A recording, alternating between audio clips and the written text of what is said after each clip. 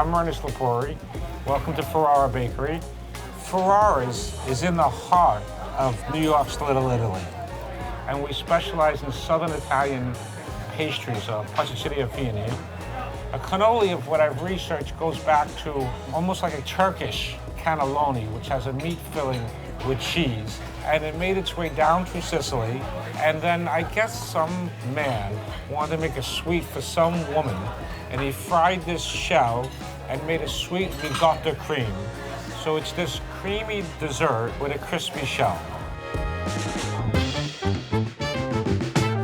The cannoli dough is made up of low-gluten flour, marsala wine, water, egg yolks, and sugar.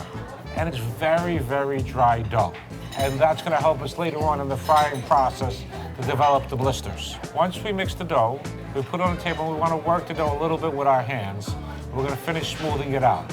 Then we're gonna square the dough, and we're gonna roll it thinner and thinner. I would say maybe it's 5 sheets of paper thick. Then we stamp our shape. Once we stamp our shape, it's in an oval. We roll it on the tube, which is called a cannolo, and then we fry it. It takes approximately 3 minutes. And we don't want to ever go below 350 degrees.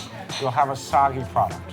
Then once we fry the cannoli, you want to pull them off the dowel as soon as you can because they're expanded. When they get cold, they contract and they can grab onto the tube. We cool it, and then we fill it with a sweet ricotta cream.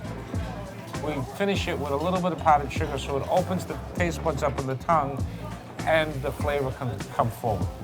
We also make a chocolate dip cannoli. We put the fork inside the cannoli and we drag it through a bath of chocolate, and then it has to sit and shell. So there's a tremendous amount of labor in the chocolate cannoli, but people love them. We incorporated in 1892. Mr. Ferrara, my great uncle, and Mr. Scope was my great grandfather. They rented a spot, they made coffee. They said, oh, we have a great business here, let's turn it into a bakery.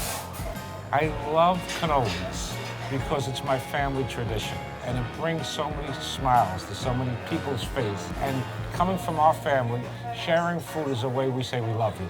So we love to cook.